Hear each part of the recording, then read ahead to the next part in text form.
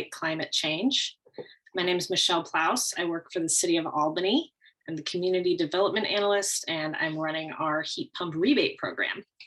And my co-host here is Chris Hunter, who works at Stop-Based and works closely with BayREN. Next slide. Okay. So just some general housekeeping. This webinar is being recorded and it will be available for later viewing online, just so everyone knows.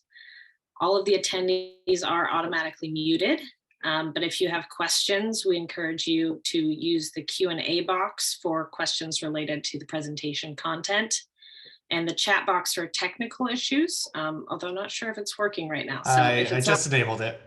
Okay. Thanks for those it should who be let me working. know. Yep. And if also you have comments, you can also put those in the chat box. And we love to have all your questions. We'll get to them after we give our main presentation and have a Q&A section. And we'll chat more about our process then. And then, of course, at the end of this, we will send out a copy of our slides and links to all of the resources that we mentioned. Next slide, please. Our agenda for tonight is we're going to have a presentation where we discuss the changing energy market, what a zero emissions home looks like, and how that relates to heat pumps and electrification. And then we'll talk about heat pumps a little bit more in specifically how they work, what they do. And we'll also talk about the programs and resources available for heat pumps, specifically the City of Albany rebate program and the BayREN programs. After that presentation, we'll have a panel discussion and a Q&A with a homeowner from Albany, a contractor, and a program administrator, which is Chris. And we'll have some more general Q&A about the rebate programs as well. And then we'll finish off with some tips on how to get started with getting a heat pump for your house. So with that, I'll hand it off to Chris to talk more about himself and Stop Waste and electrification. Great. Thank you so much, Michelle. Excited to be here. And thank you so much to everyone who showed up. We have a great turnout, higher than we expected. So that's exciting. I think there's a lot of energy around this. So my name is Chris Hunter. I am a program services specialist with Stop Waste. If you're not familiar with Stop Waste, we are a public agency serving Alameda County, as well as its 14 incorporated cities and 2 sanitary districts. And our mission is to help Alameda County residents and businesses basically use waste less, contribute less to the landfill, use water, energy, and other resources more efficiently. I kind of like to think of us as the outward-facing sustainability arm of the county. So we provide a lot of education and resources for residents and businesses. We do, environmental education, provide household hazardous waste services, composting services, as well as really provide support for all of our cities across the county, including Albany, to promote their programs, help them come up with policies to really serve their residents better. So we have our arms in a lot of different fields, and as the name implies, a lot of our work revolves around solid waste. However, there is a team of us that is really focused on issues more related to green buildings and energy issues. And within that team, which is mostly what I work on, we also serve as the Alameda County representative of the Bay Area Regional Energy Network, or BayREN. So BayREN is a collaboration of the 9 counties that make up the Bay Area. You can see the map over here on the right. And the goal of BayREN is to help the state meet its really ambitious climate goals by offering a wide range of energy saving programs and resources. So we offer incentive programs for single family homeowners, which is mostly what we'll be discussing today. We also offer programs for multifamily properties, small businesses, real estate professionals, building contractors, city staff, and much more. And one more note on BayREN is that we are primarily ratepayer funded. So essentially all these programs, or at least the BayREN programs that I'll be talking about today, the funding for that comes from your energy bill. So every month in your PG&E bill, there's a small fee on the 2nd or 3rd page called the public program charge. And that funds, that goes to the state, then they give it back to organizations like BayREN in order to provide these programs. So I kind of like to say, you're already paying for this in a way. And we just really want you all to be able to take advantage of these rebates and the great energy efficiency services that are out there. So everyone here is probably aware on some level that there's a lot of rapid changes going on right now across the energy sector due to both policy interventions on the state and federal level and local level, as well as various external trends that are kind of impacting the way that we supply energy, consume energy, pay for energy. So there's really a lot changing right now. I could spend probably hours talking about this. It's a really complicated topic, but I just want to provide a couple of just some brief context about what some of these changes are and how it is changing the way we think about electrification of our homes.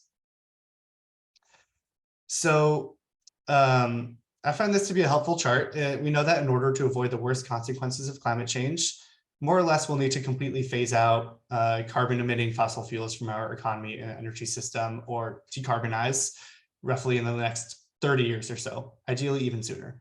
That's a huge task. It's going to really change a lot about our everyday lives, from how we get around, how we heat our homes, everything. And it's a complicated issue. A lot of people are overwhelmed by it, just think decarbonization is way above their heads. But I like to simplify it by breaking it into these 3 buckets of actions that need to happen. So the first bucket is, number 1, just simply reducing the amount of energy we use. And that happens both through energy efficiency measures as well as through some behavior change. And this first point, we've been working on this for about 50 years. A lot of progress has been made. This is a goal that there's not one goal where we will get to the end point and be done improving efficiency, but we've made a lot of progress so far, but there's still more to do. The second big bucket is transitioning our electricity grid to run on clean, renewable sources of power. And so that means essentially phasing out coal and gas-powered power plants and switching them with solar and wind power, battery storage, as well as possibly some large hydroelectric power, maybe some nuclear power, but really making sure that the electricity that we use comes from clean sources. And locally in California, we actually have made really great progress on this. We are actually ahead of schedule on some of our clean electricity goals. Partially that's thanks to local organizations like East Bay Community Energy, which is the local electricity provider for most of Alameda County. And then finally, once we've reduced our demand and all the electricity that we have available is clean, that third step would be to transition all of our appliances that burn fossil fuels directly. So think cars are the main one, and then furnaces, water heaters, gas stoves, everything that will need to transition to run on electricity to take advantage of all that clean, abundant, renewable power that we have. And so those are the 3 big steps. There's a lot happening in all 3 of those at the moment. I want to just quickly touch, I'm sure everyone is aware of kind of how prevalent solar and wind and renewables have become over the past decade. This chart on the left just shows the huge decrease in cost of solar and wind over the past 10 years, to the point that's actually now cheaper than fossil fuels. So it's not only cleaner, but it's actually cheaper and makes economical sense to really speed up this transition and make sure that we're using that electricity, or that taking advantage of that power. In 2019, for the very first time, the US as a whole received a greater proportion of its electricity from renewables than from coal. In California, we're actually ahead of the rest of the country. And so this trend is even more pronounced, and our electric grid is really as clean as it's ever been, and it's still getting better. And so with that, there's been a big push with a lot of local jurisdictions seeing what's happening and seeing that the grid is getting cleaner, and that now running our appliances in our buildings on electricity is better for the environment and better for our health than burning fossil fuels. And so Michelle can definitely answer more questions about this later on, but in 2020, Albany passed what's called an electric preferred reach code, which encourages most new buildings to be all electric. And the city is now, likely by the end of this year, considering an all electric required reach code which means all new buildings constructed in the city will be required to run on completely electricity and have no natural gas hookup. So again, Michelle can answer more questions about this. You may have heard about it. It's been, I think, on everyone's mind the last couple of years. I do want to stress that currently this is only for new construction. So no one is going to come in, force you to rip out your gas stove tomorrow. That's not going to happen. However, I just want people to be aware that this is kind of the direction that things are moving.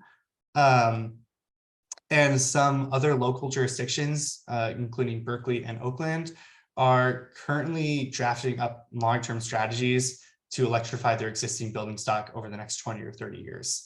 So again, nothing's imminent. You can keep your gas stove for now. I know that's a thing people are worried about, but long-term, the expectation is that our buildings will move to be running on all electric in the next 20 years or so. So like any major transition, there's going to be some disruptions that are caused by this. For instance, the rise of solar means that the electrical grid is actually cheapest and cleanest in the middle of the day when the sun is shining, and the dirtiest in the evening when the sun sets. And then everyone comes home from work, turns on their appliances right as the sun is setting. And so that source of solar power is going away. And so to address this, PG&E last year automatically transitioned all of its customers to what's called time of use rates. This means that electricity is actually more expensive during those peak hours of 4 to 9 p.m. than it is the rest of the day. And so if you're thinking about your climate footprint, it's not only how much energy you use that is important, but actually when you use it as well. And then in the longer term, we expect that as more and more customers start to electrify their homes and get electric cars, the per unit cost of gas will probably rise relative to electricity. And the reason for that is because gas infrastructure, most of what you're paying for are the fixed costs of maintaining pipelines and things like that. And so as fewer people are using that, those fixed costs are going to be shared among the people who are remaining. And so those, the late adopters will be stuck paying more. And so there's an equity angle to this that we are really working hard on to make sure that no one gets stranded paying those really high gas prices. But as a homeowner, I think that's something that's important to know, that long term, it'll probably make financial sense to switch to your home to electricity as well. And then finally, as the energy market evolves and we also begin to feel more and more of the impacts of climate change and increased wildfires, increased power shutoff events, and extreme heat days, there's more of a focus on resilience and thinking about how our homes are going to make sure that they're keeping you comfortable and healthy even during these extreme events. And so we'll address this a little bit later on about how heat pumps can how these increase in power shutoffs is not a reason to not electrify, and that when it actually comes to things like indoor air quality, extreme heat, or the risk of a major earthquake, they're actually potentially more resilient than gas appliances. So what does this all mean for you? Again, it's a big transition. Our homes might look a little bit different when they're all electric than they do right now. That diagram I showed earlier about decarbonizing the energy sector, you can basically scale that down and apply it to your specific home. And so again, there's these 3 big steps. You want to maximize the efficiency of your home through weatherization, demand response. So again, shifting your electricity load to off-peak times of day. You want to make sure that the electricity your home is using is coming from clean sources. The ideal way to do this would be to install solar panels and a battery in your home, but that's not accessible for everyone. So I mentioned East Bay Community Energy. They offer a renewable 100 rate plan, which I believe all Albany residents were automatically transitioned to unless they opted out. So actually, if you live in Albany and you've not specifically opted out of that, you already run on 100% renewable power at your home. And then again, that 3rd step would be to replace all of your gas burning appliances with all electric appliances. So on the West Coast, the 2 single biggest users of energy in the average home are the furnace and the water heater. Those 2 account for over 50% of your energy bill. And then if you add in air conditioning, it's about 60%. So that means even if you install solar panels in your home, but you're still using gas-powered, furnaces and water heaters, you're only actually addressing about half of your emissions. And so a lot of people see think solar panels are the biggest thing they can do. And I don't want to diss solar panels; they are great. I really encourage everyone to do that if you can afford to. But they're not the only solution, and there are actually a lot of other lower cost measures that can have equally as big of an impact as installing solar on your home. So, of course, we've mostly been talking about everything through the lens of climate change so far, but most people don't make decisions about their home solely based on climate change. It is your home after all, and being able to pay your bills and ensure that you and your family are comfortable and healthy really is more important than anything. And so this doesn't work quite so well with a webinar setting, but normally when I show this slide, I'd ask people to raise their hands if they experience any of these issues listed on the screen at their home. And I'm sure almost everyone in the room would have their hands raised. And so BayREN programs, we really take this to heart and base our programs on the idea of the whole home approach. So thinking of your home as a system with interdependent parts that all really rely on each other. So each part of your home affects the performance of the others. And in order for your home to be the most comfortable, the most healthy, and the most efficient, all these pieces need to be working together and operating effectively. So an example I like to see of is, sometimes we hear from people who their home is really cold in the winter. They're always cold, always putting blankets on. And so their first thought is, oh, my furnace must be old and not working well. And they'll go install a new furnace and get a fancy new furnace, pay a bunch of money up front, and then it doesn't actually make that big of an impact. And if anything, their energy bills actually might go up after that. And the reason could be that maybe the furnace is fine, but they had a lot of air leaks. And so their house is really drafty and a lot of that hot air was leaving the house. And they had poor insulation, again, allowing that heat to escape. And then anywhere where air can get out, pests can get in. And so that's an issue that can cause other health-related issues. If you have not enough insulation, that can cause condensation to build up on your walls and your windows, which can eventually lead to mold and mildew issues. And so there's all these issues that are really interconnected. And so we just want people to get in the mindset of thinking of your home, again, as a system, really thinking about efficiency first before you jump straight to the big ticket items. And so we will spend the rest of the presentation talking about heat pumps. Promise we'll get to that. But I really just can't stress enough the importance of energy efficiency.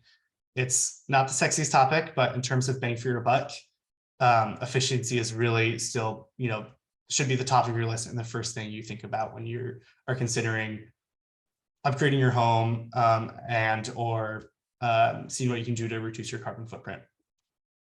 We often find that measures like attic insulation and air sealing are the single most cost-effective solutions for lowering your energy bill. So it's pretty cheap to do those, and in the energy savings you get from the improved efficiency, it'll pay for itself within a couple of years. And we also find that focusing on efficiency up front or first can really lower the cost of the bigger ticket items like your furnace and your water heater, since they can, one, allow you to extend the life of those systems a little bit longer, and also allow you to then install a lower capacity or a smaller system that's just cheaper up front. And then the added benefit of things like double pane windows and insulation, again, can help to keep wildfire smoke or other outside air pollution from entering your home. And they can also reduce noise pollution, as well as moisture and condensation issues. So really just cannot stress this enough, how important energy efficiency is, and to really take that as your starting point. Treat that as the low-hanging fruit before you really get into the really big ticket items. But I'm sure some of you in this room are great citizens and have already done that. So then the next step would really be, like I said, to replace all of those gas burning appliances with electric options. Electric alternatives sometimes get a bad reputation, and deservedly so. What we call electric resistance appliances that have been around for a long time basically work the same way as gas. They create heat. They get a surface really hot using electricity, and then use that heat to transfer into your home. It's not very efficient and it doesn't work very well. But as we'll talk about, this new generation of appliances that are called heat pumps along with induction cooktops, work completely differently. Michelle will go into a little bit more detail about how this work. And they're really a game changer. They are 3 to 5 times more efficient than their electric alternatives, and also just perform better. They offer heating and cooling. They don't, specifically with the heat pumps for space heating, they don't give that huge blast of hot air all at once. They're better at maintaining a stable temperature. And so really just want to reiterate, start with efficiency, and then think about replacing these appliances as your appliances burn out. And then I know we were running a little bit behind schedule, so I'm going to speed through this, but mostly just want to point out the health benefits of electrification as well. Natural gas isn't actually all that natural, and it really produces a lot of harmful byproducts, such as carbon monoxide and formaldehyde, that are entering into your home when you're burning it to heat your home or to cook your food.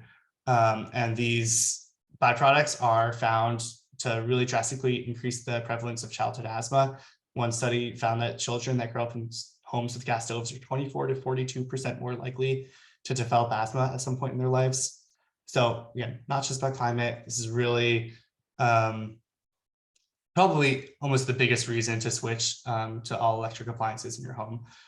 And then we also know they're safer. There's no risk of gas leaks or potentially explosions with electricity or electric appliances. And I already mentioned the comfort and utility bill savings. So hopefully that laid a little bit of the context. Want to turn it back over to Michelle to really do a deeper dive into heat pumps. Thanks, Chris. So I'm just going to talk briefly about what heat pumps actually are and how they work, and specifically heat pump HVACs for this webinar. And so the big differences between a heat pump and a gas furnace is that gas furnaces make heat, but heat pumps move heat. So the gas furnace, you're taking a fuel, the natural gas, and you're burning it. And that releases the heat and also the various gases that Chris was talking about, the emissions. Whereas with a heat pump, you're really actually just moving the heat from one area to another. So it's sucking in air from the outside. It's kind of squeezing the heat out of that and pushing it into your home. You can also do that vice versa in order to cool your home by pushing that heat outside. And so it's not really creating heat in the same way that a furnace would. Next slide, please. And I won't go into all of the details, all the science and stuff, because I don't even know it all that well. But the point is that refrigerant fluids are within the heat pump, and they basically absorb ambient heat really easily. And so they can kind of take the heat from, say, the outdoors, even if it's only 40 degrees or something outside, there's still heat out there. And it can absorb that heat. It's pushed into your home, and then it goes through a condenser, which essentially squeezes the heat out into your home itself. It's a little bit like if you take a towel and dump it in some water and then wring it out over another bucket. And you can do that back and forth and transfer that water from one location to another. So that's essentially how it's working. Next slide, please. And the big difference that you'll notice with a heat pump is that it has to have an outdoor unit. So both for ducted and ductless heat pumps, they have these outdoor units that are sucking in and expelling that air from the outdoors. And they can be different sizes, just depending on the size of the heat pump, the size of your home.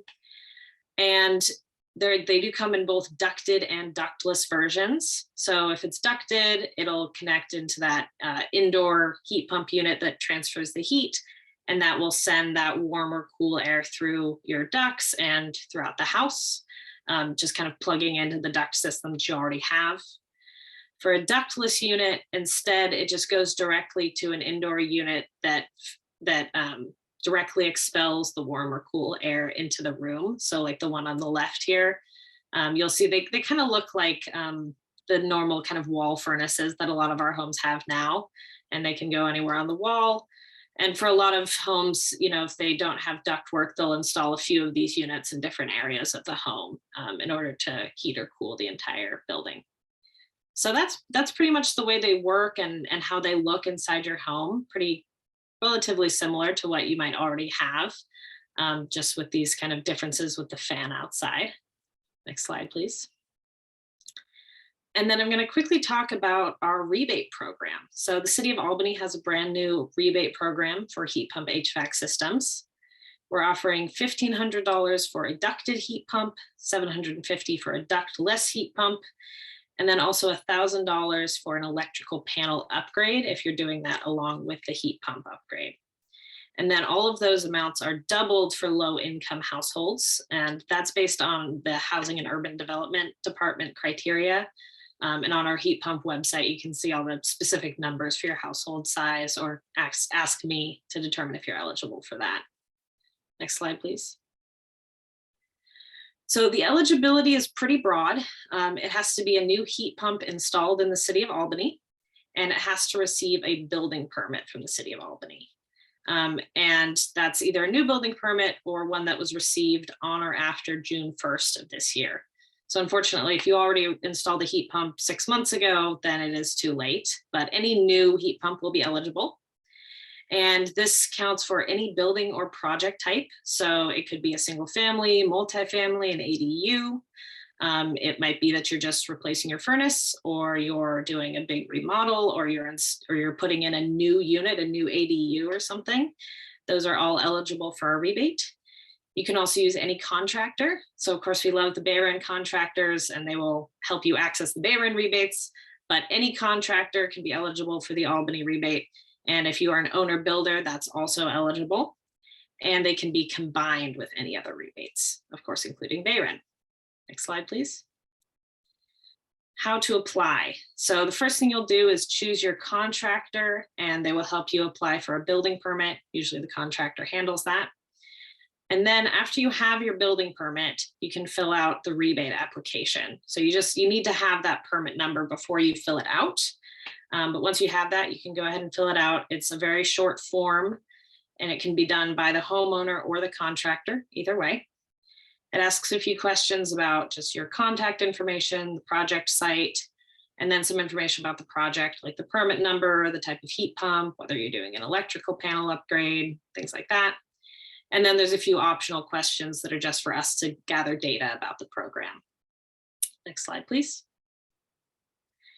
So once you've filled out that form, we will confirm your eligibility and your rebate amount, and we will reserve those rebate funds for you so that while you're doing the project, you know that you have those funds ready once you're finished.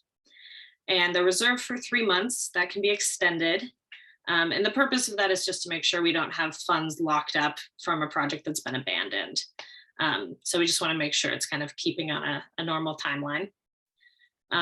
Your contractor will complete the installation. You'll pass your normal building inspection. And then once you have that signed inspection record, you'll send an image of that to me, and I'll check off that everything's looking good, it's all done, and we will mail those rebate funds to you. So simple as that. And please, if you have questions about it, we'll answer it towards the end, put them in the chat, and I'll pass it over to Chris to talk a little bit more about the BayREN rebates. Hey, thanks. Yeah, so like I mentioned at the start, the BayREN Home Plus program is our rebate program for single family homeowners. Like Michelle said, the rebate she just talked about stack on top of these. So we highly encourage you to take advantage of both if you are eligible for both. And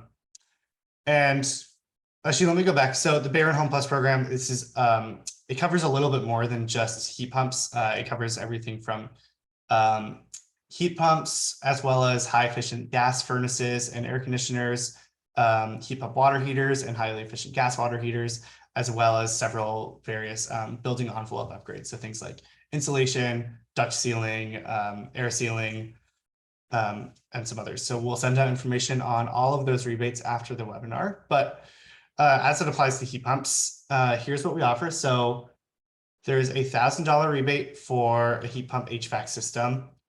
Unfortunately, there's a little bit of a caveat here.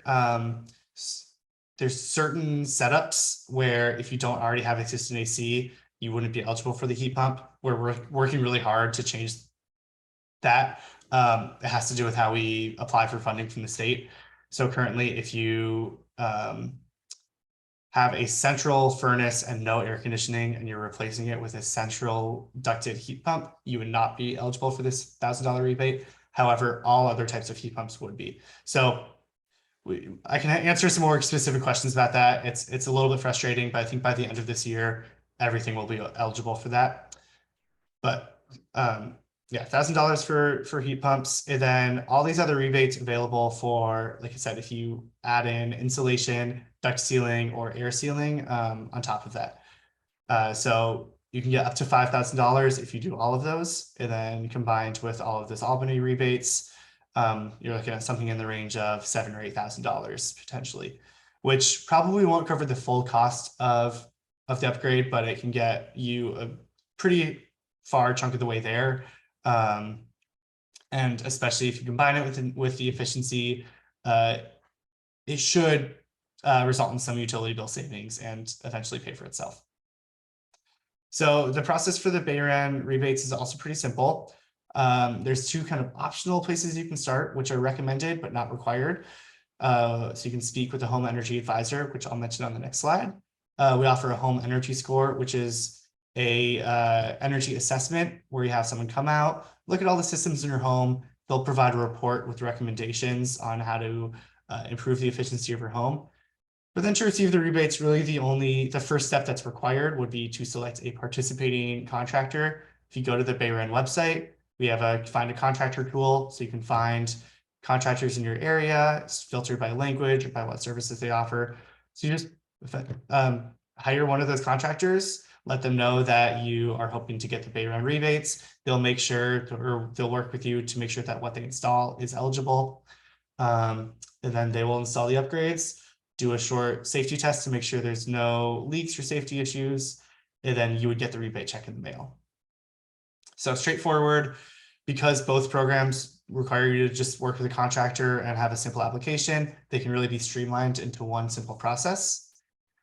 And then before we move on to the panel discussion, I do want to really stress this home energy advisor service. I think this is a great place to start if you have questions that don't get answered during this webinar. So if you have any technical questions about what type of system would work well in your home, a few questions about any work that might need to be done before you can install a heat pump. So electrical work, adding insulation, anything like that. Or if you need help finding a contractor, this home energy advisor service is a free number that you can call that BayREN offers. And they are experts and they can really help you through every step of that process. And so I cannot recommend this enough. They don't earn a commission. There's no strings attached. They're just a free service that can help you with your project. And so you can call this number or go to the website down here and schedule an appointment and they'll call you at that time. And with that, I think we are going to move on to our panel discussion. Great. So yeah, now we're going to move to the panel discussion. You want to stop sharing your screen, Chris? Oh, actually, it has the names up here. Let's do that. So our panel, we have some wonderful people that have joined us to help chat about heat pumps. First, we have Joseph Graves, who's with Hassler Heating and Cooling. This is a BayREN certified contractor that does a lot of work in Albany. And we also have Nick Pilch. He's an Albany resident who got a heat pump a while ago. And he is also a planning and zoning commissioner with the city. So we're really grateful to have him here to talk about his experience. And finally, Chris Hunter will be on our panel to talk about stop waste and BayREN programs. So I'm going to start off with a few questions that we have that will hopefully get at some of the big questions that have been floating around in the chat, and then we'll get to some of the audience questions as well. So I'm going to start off with Joseph. So Joseph, what should someone expect if they're trying to get a heat pump? What's the process look like from starting and getting a quote all the way to having the installation and receiving rebates? Sure, yeah. So the first step is to have someone come out to your home, or maybe as Chris was talking about, maybe you could talk to a home energy advisor first as well. But typically in terms of actually starting the project, you're going to need someone to physically come to your home. That's what I do. I design and sell projects for Hassler Heating. We're out of El Cerrito. And so you would have someone like me come out to the house. We talk about kind of your home. I typically ask you a lot of questions about your home to help me understand the infrastructure that's there, and also ask you a lot of questions about what your goals might be in terms of what you hope to accomplish with your home and your energy usage. And also, why are you installing a heat pump? Because like Chris also touched upon, there are a lot of different reasons to install a heat pump. So from there, typically we put together a plan, and someone like me would turn that into a proposal. In our process, I'm going to be sending you a proposal via email, typically within a few business days. Sometimes people in my position, maybe with other companies, may also be putting together a proposal on site. But we prefer to take a little bit more time and put together a more detailed proposal, so we email it to you. From there, there's usually a little bit of follow-up questions from the homeowner. So that's a time where I answer some additional questions about what I've proposed. From there, then we typically have, if a homeowner is moving forward on the project, they're going to sign the proposal. And that's when we get started with a few different things in terms of scheduling. If you're working with us at Hassler, at that point, we're typically performing a sizing on your home, which helps us figure out the right heating and cooling capacity for the units that we'll be installing. And we would also have one of our install managers come to your house and work with you to finalize some of the details about maybe like where the equipment's going to end up, or where like a new vent might go, something like that. From there, we install the equipment. Usually I would say that takes somewhere in the realm of 2 to 5 days. At Hassler, we're typically trying to do that in consecutive days. And how long after we've decided to move forward on the project really can vary, especially depending on the season. Sometimes we can start a project just a week or two after you've decided to move forward, or sometimes it's actually several months. So yeah, that's more or less the way the process would work if you're working with us. I know it can differ slightly with other companies. Yeah. Thanks, Joseph. Yeah, of course. My next question is for Nick. Nick, could you just give us a little summary of what your heat pump project was, what you installed, and what that process was like for you? Sure. So first of all, I want to say that, like a lot of the these homes in Albany, sometimes they just had one like wall furnace in the house, and that's what some people are still stuck with.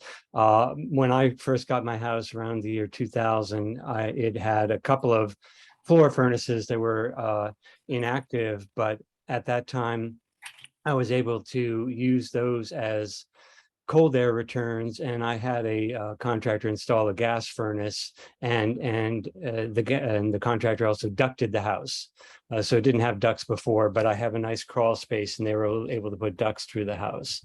So that's what I have. That's what I had as a forced air gas system. So what I knew is that that probably could be replaced with a heat pump system, a ducted heat pump system.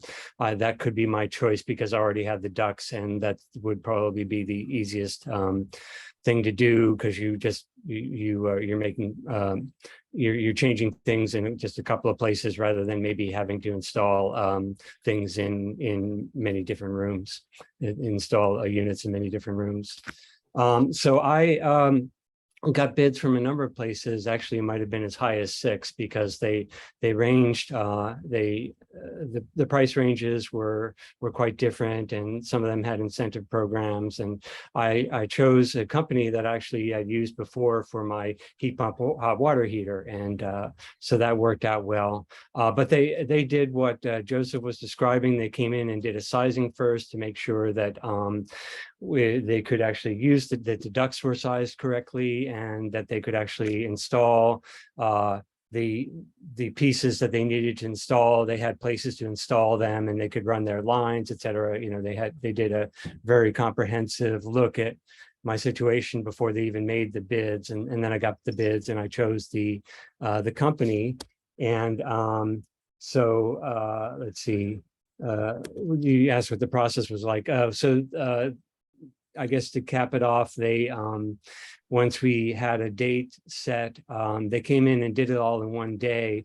I did have a little bit of a glitch because it's a Fujitsu system, and they wanted to install a Fujitsu thermostat, but I already had a Nest thermostat, so they had to install a little bit of a converter between that, and there's a little bit of a glitch of getting the parts right, but eventually it worked just fine. Yeah, and I just want to put in a plug for understanding heat pump technology. It's really simple because we've all had heat pumps for all of our lives. Refrigerator is an example of a heat pump, and an AC is an example of a heat pump. And so heat pumps are wonderful things that we've all experienced in our lives, and the heat pump heater, where you get AC as well, is another great addition to your home. Thanks, Nick. And do you have any thoughts on just what it's been like to have a heat pump? You know, how's it different? How do you like it? Yeah, well, I love it. I mean, I'm very motivated by by reducing my carbon footprint and electrifying everything. As I mentioned, I got a heat pump, a hot water heater previously when my water heater broke, and I'm unfortunately always a little ahead of the curve because there weren't rebates when I got that, and then rebates came along right afterwards. And similarly with the heat pump heater, I was not eligible for the BayREN rebate because I did not have an existing AC system, unfortunately. So I appreciate BayREN talking about reforming that and, you know, making those more accessible to people, making those rebates more accessible. So I'm very happy that it's all electric. The installation was a breeze. Where the old furnace was, and in my crawl space, that's where what they call the air handler is, which really is just kind of the fan that circulates the air. And then there's lines that run out to the actual heat pump that sits outside. So there's a new thing outside, a new unit outside that sits on a pad that blows air when it turns on. So it's you might want to think about, you know, where it is a fan, it's going to blow air. So some these vertical units, you might want to think about placements because it will blow air out into your yard or you know, wherever it is. But getting back to the question, it is a gentler heat than the gas furnace, which I really actually appreciate, because the gas furnace would turn on and then I'd get a lot of hot air, and then I'd have to go turn it off because it would get too hot too quickly, and then it would cool off, and then I'd have to go turn it on again. So I appreciate the gentler heat of the heat pump, and of course I appreciate the fact that I'm not burning gas. I guess let me just say at this point that it's been cost savings for me, both the heat pump hot water heater and the heat pump heater, because I'm on a time of use plan, but I'm on a special time of use plan because I have a plug-in electric car. So my off-peak rates for electricity from midnight to 3 p.m. are half of what the usual rates are.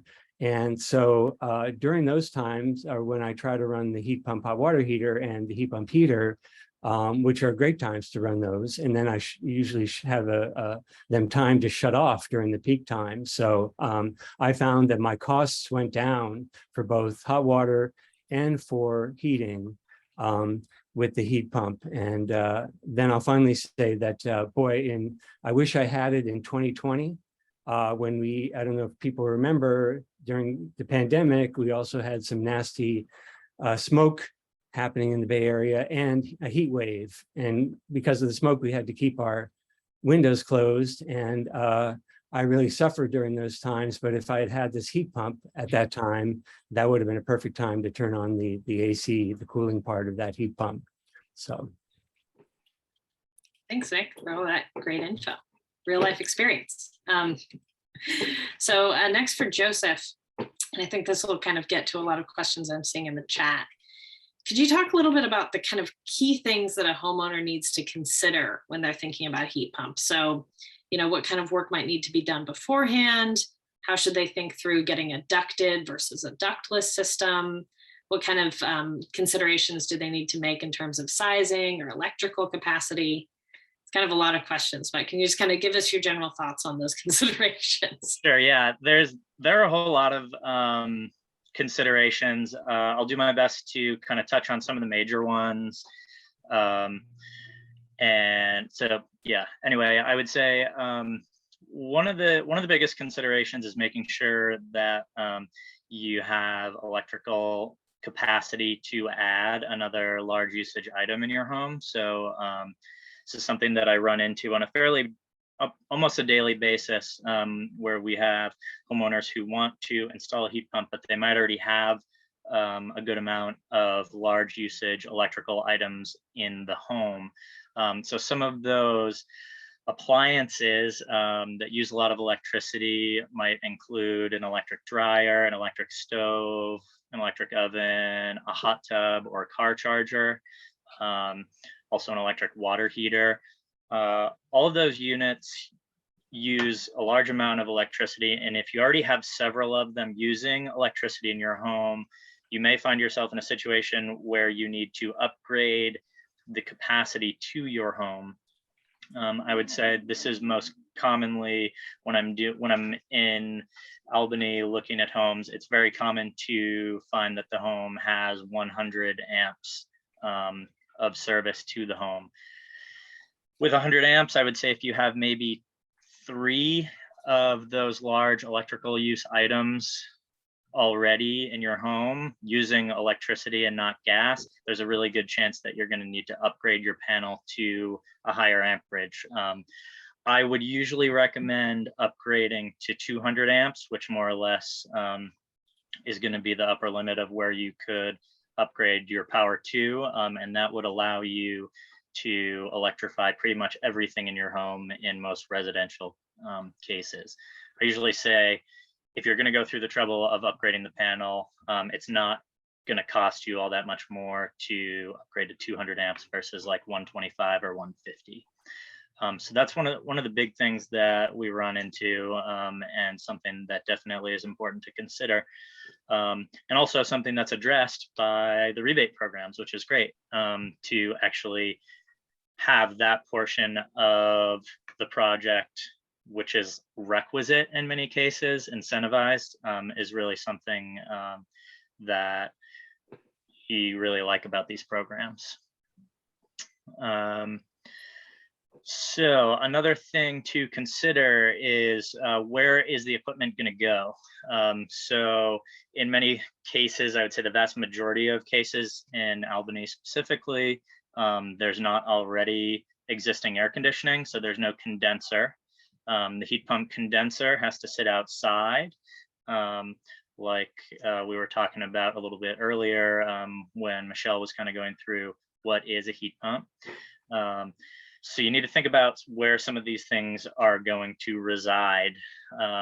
Also, if you are going through a process similar to what Nick went through, where he moved from floor heaters to a ducted system, we might also need to consider where are those ducts going to go. Typically, the ducts are going to run through an attic or a crawl space. But if maybe you have a flat roof and you're on slab, for example, there may not be an obvious place to run ducts. That may actually lead you toward a different type of heat pump, more of a mini split heat pump scenario, I would say. And in that sort of scenario, if there's no crawl space or attic to run ducts. And the reason for that is that for mini splits, we would run refrigerant lines, and we can run those to different parts of the house, and we can do it on the exterior of the house rather than concealed in an attic or a crawl space.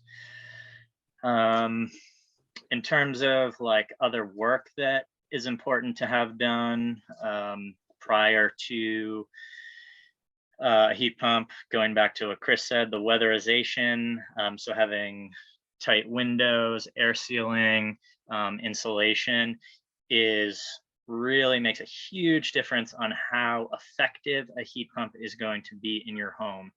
The heat that comes out of a heat pump is not quite as hot as gas heat. So we also had Nick touch on that some, where he was saying the house would heat up super fast with his old gas system, but the heat pump keeps a much steadier temperature. That absolutely is kind of, you know, what we're going for when we're installing these systems. And having the correct or recommended amounts of weatherization throughout the home is really going to make that possible, especially in terms of keeping you comfortable in your home, which, you know, really is what we're going here for, right? We want to do this in a way that's environmentally friendly, but at the end of the day, the system is in there to keep you comfortable. So yeah, if I think that's most of what I had in terms of notes for things that you want to consider when you're moving towards a heat pump. If there are any other specific questions, I'm certainly happy to do my best to answer them though. Thanks, Joseph. And yeah, I think what it comes down to, a lot of the questions, the answer is you have to have someone come look at your house, see what the deal is there. You know, does ducted or ductless work better? Well, it kind of depends on 10 different things. But there's lots of people like Joseph who can help with those questions. Yeah, I really agree. That was in terms of what I was talking about earlier, in terms of the process. Really, step one is having someone come look at your specific home. I'm seeing, and I apologize if I don't get to all the questions in the chat and the Q&A, but I'm seeing a lot of questions that are house specific. You know, can you work a heat pump in a 2-story building? Of course, but you know, which type? Is something that is going to change on a home-to-home basis, and really needs, in the vast majority of cases, is going to require some sort of professional help to help you figure that out, whether it's an energy assessor or you know, one of the home energy advisors, or someone like me who comes to your home and actually designs a project for you and installs it. Yeah. And I think the same with the electrical capacity. It depends a lot on your home and what the situation is. There are also some great technologies coming out that can help you do more electrification on just a 100 amp panel with kind of smart loading and things. There's a lot of possibilities, and so it depends on the specifics of your house in a lot of cases. And it looks like, Nick, did you have some thoughts on that too? Oh, I had a question in the Q&A about the company I use. Is it okay to answer that in the Q&A, or would you prefer I not to? Yeah, go ahead. Okay, thank you. And one other question I'm seeing pop up a lot is in relation to the timing of the Albany rebate, when the deadline is. There's no deadline for the rebate, but we do have limited funding. We have a $40,000 pool of funding for the rebate program, and it's first come, first serve. I don't know how long it will last. I'm guessing something like 6 months, and it's possible that might be added to by council when it runs out as well. And there's no deadline for the BayREN funds either. Chris, do you want to, I think we saw quite a few questions about exactly what scenarios would be eligible for the BayREN heat pump rebate. Do you maybe want to go over that in a little bit more detail? Yeah, so it's pretty complicated. I really wish it was simpler. I think the easiest way to explain it is, if you have a central furnace with a duct system and you are replacing that central furnace with a central heat pump and keeping that duct system, you would, in that case, which probably applies to the majority of homeowners, you would only be eligible for the BayREN rebate if you have an existing air conditioning system. Again, I mentioned the reason for that is the way we apply for funding from the State Public Utilities Commission. We have to prove that we're going to actually save energy or reduce energy. And so if you're adding that cooling load, it's not sure, they aren't convinced that it'll actually reduce overall energy, even though we know it's overall better for the environment. We're working hard to kind of lobby them and update those rules. And so I expect that by the end of the year, that will be available for everyone. So even if you don't have existing AC by the end of the year, we hope that you will be eligible for those BayREN rebates. However, if you have right now a existing ductless gas system, so like a wall furnace or floor furnace, you can replace that with a ductless heat pump, even if you don't have AC. And I believe there was a question about this. I need to double check, but I believe that if you have a central furnace and you're replacing it with a ductless heat pump, so you're going from ducted to ductless, I think that would also be eligible even without existing AC. So I might have just confused everyone more. I'm sorry, there's no easy way to like break it down. Feel free to, I'll put my email back on the screen. Feel free to shoot me an email if you still have questions about that. But that's a great example of a type of question that the home energy advisor can also help walk you through. Yeah. And again, any ductless or ducted heat pumps, all of it works for the Albany rebate.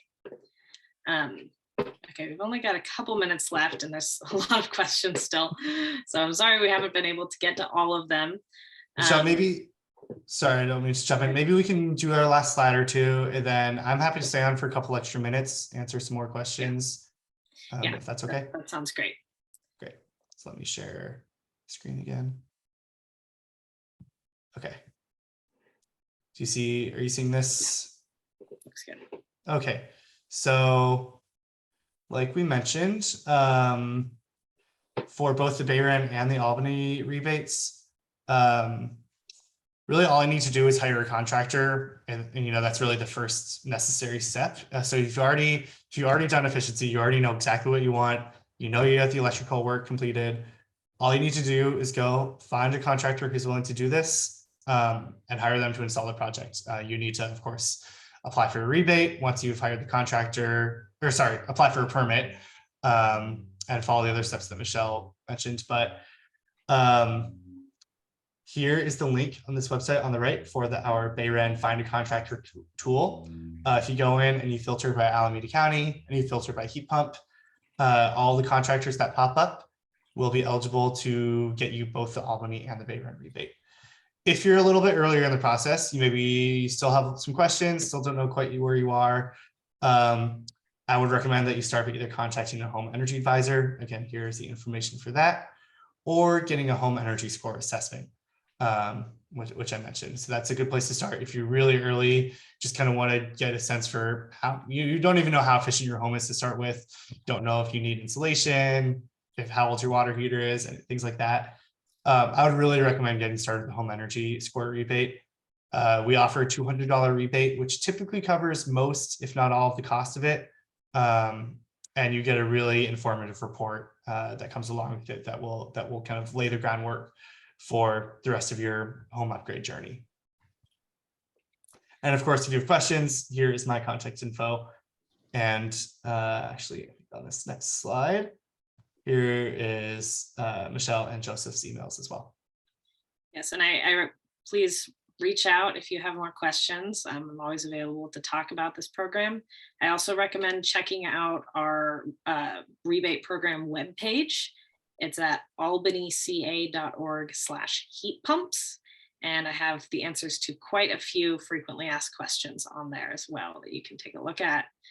And as we said in the beginning, we'll be sending out these slides and all of the resources that we mentioned. So we're hoping that this is very helpful for you all. And yeah, as Chris said, we can stay on for a few more minutes and try to get to some last questions for anyone that wants to stay and join us. And I also recommend looking back at our answered questions in the Q&A box, because there are quite a few that we were able to answer through text, but not out loud. So there might be the answer to your question in there as well. And I'll see if it's possible, I'll see if I can include those answered questions in our follow-up email. Yeah. Nick, go ahead. Yeah, sure. I just wanted to throw one more thing in that you gave me a question before the webinar started about what can I suggest to other homeowners. So one thing is, if you're excited about electrification, think about upgrading that electrical panel sooner than later, and think about running your 220 circuits sooner than later if possible. If you can do those things ahead of time, that can save you a lot of headaches. I know that's not usually what people do, but for example, for your water heater, a hot water heater, most of those, and I know this is about heat pumps, but your hot water heater, usually those break quickly and then people need them replaced quickly. But if you don't have the infrastructure in place, then you might, and this happened to a friend of mine, you might decide, oh, I can't go to electric, I can't go to heat pump hot water heater because it's too complicated. I'm just going to go with a gas for now. So, to the extent you can, maybe think ahead if you have other projects going on about pre-wiring your home for the future. That's an excellent Great point. Yeah. I got quite a few questions in the chat that were related to cost. I know this is something that comes up a lot, and unfortunately it's hard to say because, as we were saying before, it's very, very home specific. The range of costs that I've seen just from looking at our permit data for heat pumps is anywhere from $1,500 to $25,000. So it can really, really vary depending on your house. The median that I've seen is $15,000. And that's in contrast to a median for a gas furnace of $7,000. So it looks like on average, it's about $7,000 more. Yeah, 8,000, 7,000. It all gets rounded. But again, depending on your house, it could be only a few $1,000s. And then the rebates come in and take away most of the costs. Or depending on your house, it might be a really, really expensive project. So again, it does just depend, and you really do need people to come in and look at the specifics, people who are experts. Going to use this as an opportunity to pitch one more time. Insulation and air sealing and windows and duct repair and all of that first. If you do all of that, then make sure that before they install the system that they do a load calculation, size it, and you can probably get by with a smaller system that would be a little bit less upfront. Do you have other questions that you wanted to get to specifically, Chris? Let me look through. I was not looking too much at the chat, so I don't know if there are any questions that ended up there and not in Q&A. Yeah, there were a few in there. Okay, see a question. It's about resilience and wildfire smoke, and if it's filtering air that it's bringing in, or concerns about that sort of thing. I can take that if you want. Yeah, go ahead. Yeah, so with a ducted system, we're going to be able to filter the air extremely well. There's in California as of 2020, we need to, with a new install of a ducted system, we need to be putting at least MERV 13 rated filtration, which is going to filter the vast majority of smoke. MERV 13 is going to filter out particles that are smaller than 1 micron in size. And a typical smoke particle is about 2.5 microns in size. So it will get the vast majority of it. Most contractors will also offer you some upgrades on filtration from there. The most common one would be a MERV 16 filter, which is going to filter out particles that are even smaller. And it can also be more effective if you're going with a MERV 16 filter against allergies and asthma, because it's pulling more of those allergens and irritants out of the air. With a mini split system, we are not going to have as good filtration. The central systems are going to filter the air significantly better. Also, by the way, both of these systems are recirculating the same air in the house. So they are cleaning the same air as it gets reheated or recooled as it moves through, whether it's a mini split or a ducted system. So so they're not pulling in air from the outside, which is a question that I get a lot. People say, so when it's smoky, what do I do? Because this is pulling air in from the outside. That's not what's happening. It is recirculating the same air through your home and heating it up or cooling it down as it passes through that system, and filtering it. The mini splits do filter to an extent, but the central system is going to be much more effective in most scenarios. Thanks, that's really helpful. Another question came in. Do you know the lifetime of the average gas furnace so people can plan ahead? Oh yeah, absolutely. So 15 to 20 years is a typical lifespan. I'm sure there's a few of you listening out there and watching who are like, oh, my furnace is like 50 or 60 years old. I come across that on a fairly regular basis as well. But typically, yeah, 15 to 20 years. So a way that you can figure out the age of your existing equipment is typically going to be to try and find the serial number on that equipment. Typically, there is going to be a code in that serial number that allows you to decode the date. You can look online, there are a few resources that help, but if you were to search like the brand of equipment and the nomenclature of that serial number, you should be able to decode it.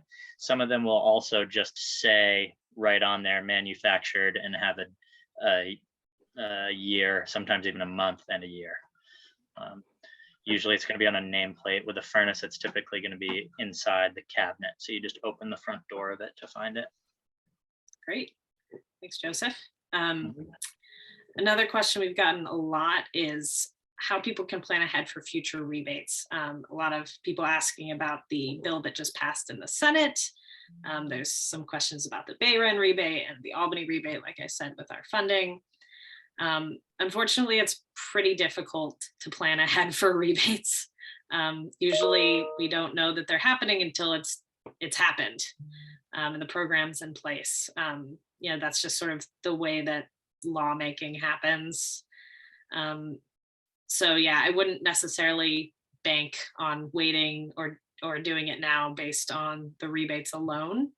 I'd bring into account all of the other factors about your home and your finances, because you can't really guess what's going to happen in the future, unfortunately. Yeah, thanks for bringing that up. Although BayREN and Southwest, we try to work really closely with all the cities like Albany to coordinate on things like this. Unfortunately, when it gets to the statewide and especially the federal level, it's just a lot harder to coordinate. And so sometimes the timelines of when certain rebates are offered don't line up perfectly. Just unfortunate. It's likely that with this new Inflation Reduction Act and potentially some statewide funding coming, that the rebates will increase next year, but we don't know yet. It's too early to tell. And sometimes when incentives do come, they don't last very long. So actually last December, there's a new statewide incentive that was introduced that was several thousand in rebates. It was a huge boon for people looking to electrify, and contractors loved it. They got to do a lot more of these projects. It really helped to, be able to stack onto the BayREN rebates. And there were some people that before that happened decided to wait so that they could take advantage of that new statewide funding, and then it ran out of funding in about 2 months or 3 months. And some people waited too long and then didn't actually get that. So that's just to say, to back up Michelle's point, that it's unpredictable. Don't base it on the rebates, base it on what your home needs and what the current timeline or lifespan of your current furnace and system.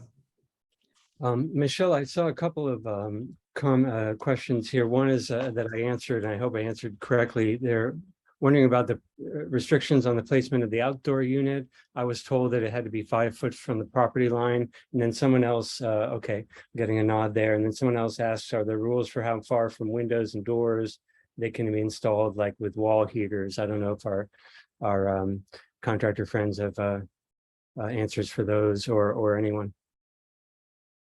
Yeah, so the answer is definitely it varies depending on the equipment.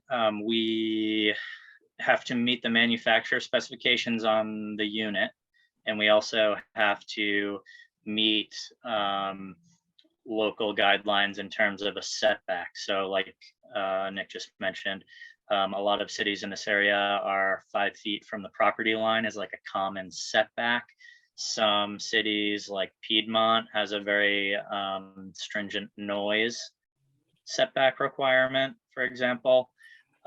So that's something that typically your contractor, someone like me who comes out to your house, is going to, like, I keep a huge spreadsheet of all the cities and municipalities that we work in with all of those requirements, so that when I'm at your home, we can go over what those requirements are. And in terms of especially the setbacks. And then usually there's going to be some sort of manufacturer requirements about setting the units so that there are not obstructions around them, specifically the outdoor heat pump units. You are usually maybe like a foot to one side, 2 feet to the other, 3 to the third, something like that.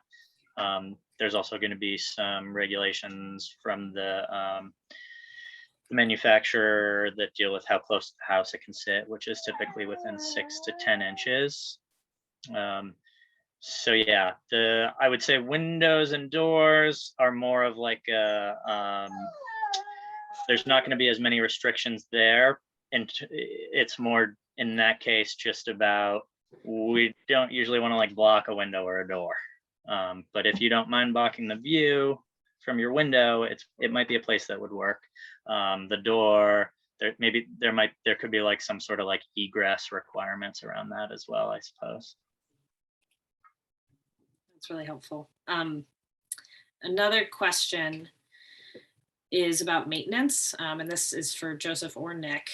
What do people need to think about in terms of maintenance or kind of operational costs? Yeah, I'll let Joseph answer, but my contractor told me nothing about maintenance. So I don't know if that's they just forgot or it really is maintenance free, but I'll have Joseph answer. Like a lot of the other questions that we're answering, I would say it does depend on what you have for equipment.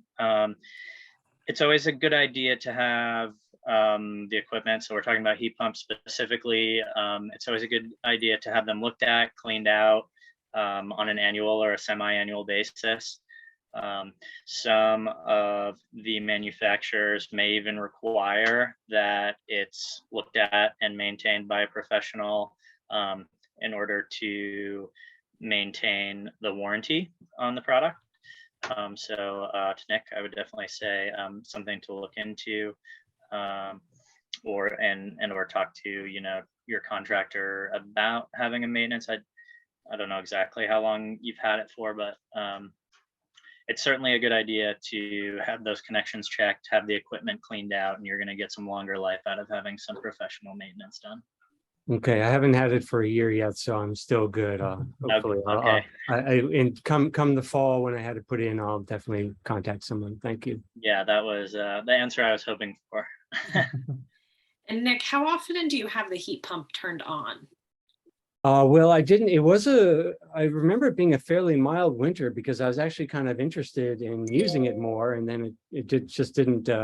We didn't have much use for it, but I typically, as I said before, I like to have for energy saving reasons and for sleeping well reasons, I like to have the house cool at night, so it won't ever be turned on during the night. But then I'll warm the house up in the morning and get it nice and warm. Typically a lot of us have been working from home, so make sure to get it toasty in the morning so I'm comfortable.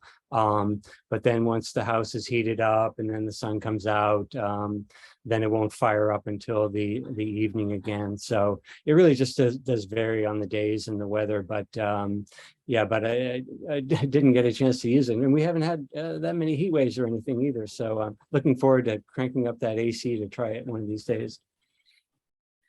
Great.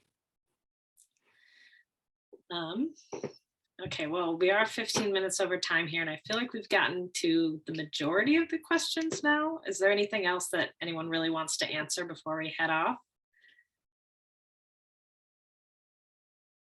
Okay, well, if we didn't get to your question, again, you can email any of us, and we're happy to talk to you in more detail about any of your questions. And again, you can go to these websites and we'll send them in the email afterwards, so that you can visit those and see if your questions can be answered there as well. And we really appreciate everyone coming, and for all of you who have stuck even after the fact to listen to us talk even more about heat pumps. And we've had a really great turnout tonight. So we're happy to see that Albany is so interested in this topic. Yeah, can you say how many people we had show up? Yeah, I think at the peak we had somewhere in the 80s. Is that right, Chris? That's Yeah, great. I Yeah. think it was about 150 or 160 who were registered. So Yeah, people who will Yeah, get on the great. recording. Great And turnout. we still have 45 right now. So thanks everyone for sticking with us. We Yeah. appreciate you all. And yeah, with that, I think we're done for the night. So Thanks for again having to me. Thank you our so panelists. much, Nick Yeah, and thanks Joseph. everyone. Really Really appreciate appreciate you. it. Yeah. Okay. Good night, everyone. Night. Night.